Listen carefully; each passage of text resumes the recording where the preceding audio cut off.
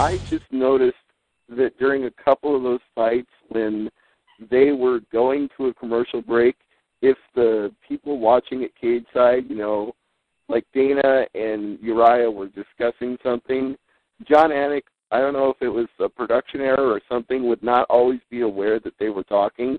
So sometimes Anik would be talking right over them as they were saying something about the fight because he'd be throwing us to a commercial. So, again, that's what I mean about these little quirks that they still need to work out. You know, and then real quick before we also get into the fights, it's very interesting because normally after the introduction, after this show that we've seen every season, the fights to get into the house fights, we've always seen, and this is what you can expect this season. Wasn't it a little weird not to get that video because the entire season is going to be live? I have to say it was weird. They did do a video, but they did a video with nothing in the video. They're like, coming up on The Ultimate Fighter Live, you'll see the coaches pick their teams, and you'll see a live fight coming up on Ultimate Fighter Live on FX. Like, they had no footage of the fighters. They had no footage of anything. So what could they do? That's all they could do. They ran a video that said nothing. Yeah, it was very interesting. And then also, I mean, it's going to be really interesting to see how they do this because, I mean, the building up the fight until Friday, I mean, it's like, it's just going to be so interesting how this season, this could be either a train wreck or it could be very interesting because... well, I think you're wrong there because if it's a train wreck, it'll still be very interesting. It's not like an either-or kind of thing. I guess that's true as well. Well, let's go ahead. We've talked enough about it. Hopefully, we've given you a good idea of what this, how this show's different from shows in the past. The first fight was Joe Proctor versus Jordan Renaldi.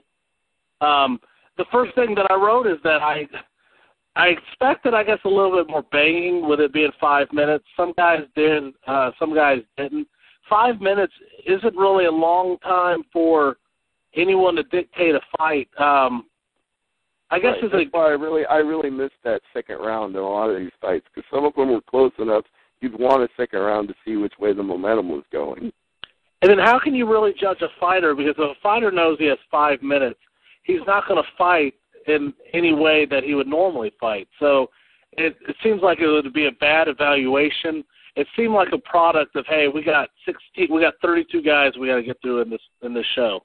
Right. Like I said before, time constraints made it what it was, but I honestly think it could have worked out a lot worse because so many of these fights did have finishes that I don't think it leaves a whole lot of questions. It may just have amplified what would otherwise have already taken place. This first fight felt to me like a filling out process, but Renaldi or Proctor was able to capitalize on one of Rinaldi's mistakes, and he choked him out. Second fight was Cristiano Marcelo versus Gerald Carlson. Now, these two guys, they were mean strikers. They were going for it in the striking department. Well, then tell me how it ended up in a rear naked choke if they're such great strikers. Well, that's the thing is finally Marcelo saw an opportunity, took it to the ground, and Uriah Faber, particularly on commentary, I'm not familiar with Marcelo's background, but Uriah Faber was very familiar with it and was showing a lot of respect to Marcelo. And it seems like that could be a guy that Uriah would want to go after. He was very much a fan of Marcelo. Truthfully, both of these fighters looked really good. That's one thing I did notice is that time and time again, Dana would ask Uriah if he knew so-and-so, if he had trained with so-and-so, and then Uriah would have a little story like, oh, I know this guy from rolling at my gym, he's been with Team Alpha Male, or I went down to Brazil and had a seminar and this guy was there. He always had a story about like every single guy Dana asked him about. The next fight was Aaron Beach versus Sam Celia. Celia knocked out Beach quick. I mean, this was a fast fight. Celia knocked him out with a punch. Yeah, yes. And Tickle and Lyons, that was a knockout too. It was. And the interesting thing about this fight was, not actually so interesting, but Lyons in his interview said that he could walk into a room and beat anyone up Well, not tonight because Chris Tickle knocked him out quickly. Sometimes when you talk big, you end up losing big. Absolutely. The next fight was Brian Wafer versus Andy Ogle. I didn't remember liking this fight very much. What I've got is he won via decision. So Ben Pichel beat Cody Pfister. Pichel wins by choking Pfister out. Mark Glover beat John Cofer wins a decision over Mark Glover. Saunders wins by decision over Chase Hackett. James, a fight that I was really interested in because there's a local guy from the Omaha fight. Dakota Cochran was on the card. Dakota Cochran defeated James Vick. Oh, no, Vick beat Cochran. Okay, you're correct. James Vick did beat Dakota Cochran. I don't know why I read it wrong. One of the judges gave that 5 minutes to Cochran, and the other two judges gave that 5 minutes to Vick. Michael Chelsea wins via chokeout over Jonathan Vestine. Yeah, this was the guy with the really epic beard, right? I don't remember. I didn't make note of that, but I remember a couple of guys were rocking. A couple of guys really reminded me of Cody McKenzie tonight. I remember that. That's why I remember that, because they were making McKenzie jokes and talking about Team Alaska and all sorts of shit. Yeah, there was a couple of guys tonight that looked just like Cody McKenzie. The next fight was Mike Rio versus Ali McLean. This fight was a slugfest. This is honestly how I expected every fight to go tonight. But once you started seeing it, it made sense why every fight didn't go like that. I mean, you got to be cautious. This is your one, it's possibly could be one opportunity to make it in the Ultimate Fighting Championship.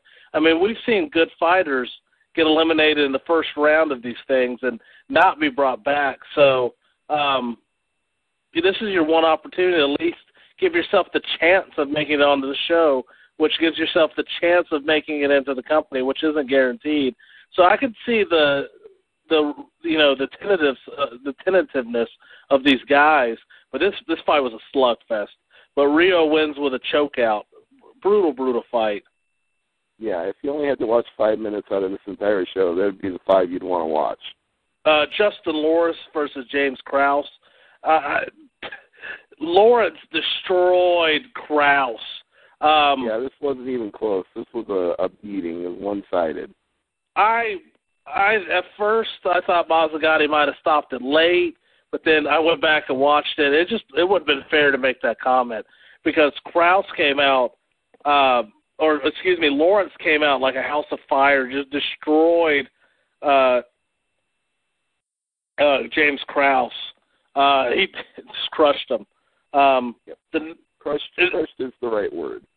The next fight, we had our first groin shot of the night, which is something I hadn't considered, but on a groin shot, you have as much time as you need to recover. This could have been terrible if a guy needed any amount of time to recover on a live television show. Right.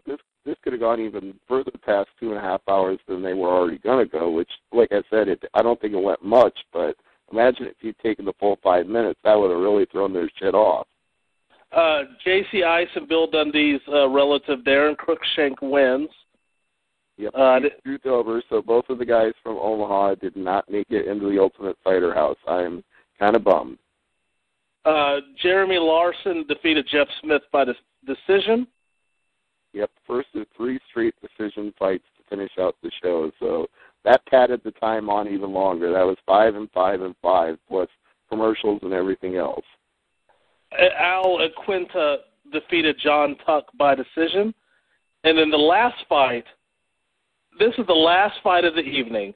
And this is the thing about a live television broadcast, because if you remember how they've done this before, now they would have 16 fights, but they wouldn't show you all 16 initially.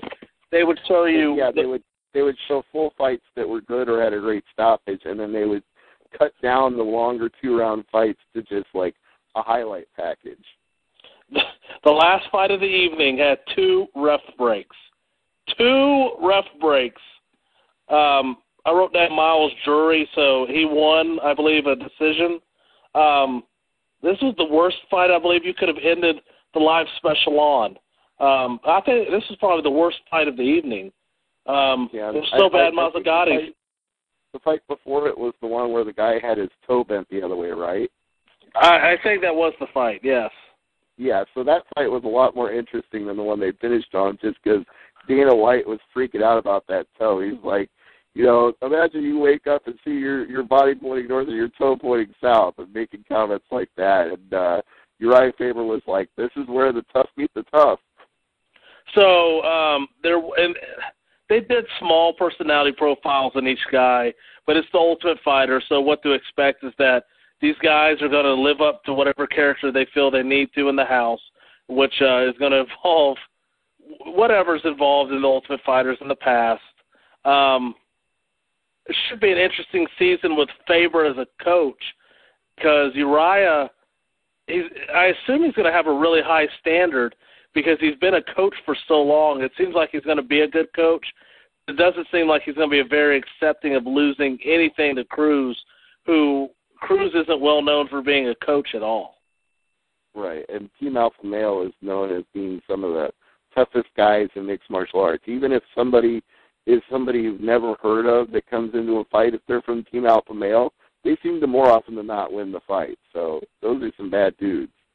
One guy tonight was a Greg Jackson guy they announced, and that's something else about live television is that they made the proclamation, it's the Greg Jackson guy. So I said, oh, okay, look out for this guy, and of course he lost. So overall, if I was the first time I'd ever seen this show, I don't know if I would continue watching. It was kind of, I'd have to say, it's different watching fighting for me without the spectacle. Yeah, I admit it does lose something when there's no atmosphere, when there isn't 18,000 or 50,000 people going nuts, and the whole spectacle of Bruce Buffer going, yeah, it's time! It does leave something out. Yeah, because, I've seen bad events and bad fights get turned into interesting events just based off of, for example, the recent fight between Chael Sonnen and Michael Bisping was very entertaining to me because I'm emotionally invested in both characters. You had, the title riding on it, and I understand not everything's going to have that, but, there are, the crowd is going nuts for it because they clearly want Sonnen to win, and they hate the crap out of Bisping, so they were popping for it big time.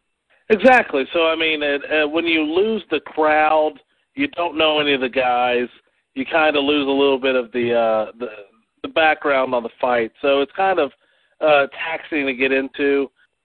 How do you believe that they did, Stevie, with this first show on FX?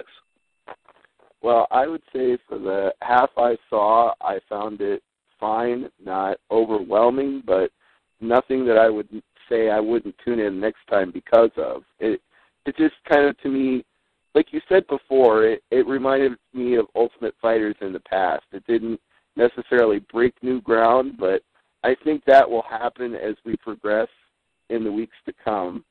I think that will be the live aspect of a live fight every Friday night will truly change the game. But as it stands right now, it's just there. It's not bad, it's not great, it's there.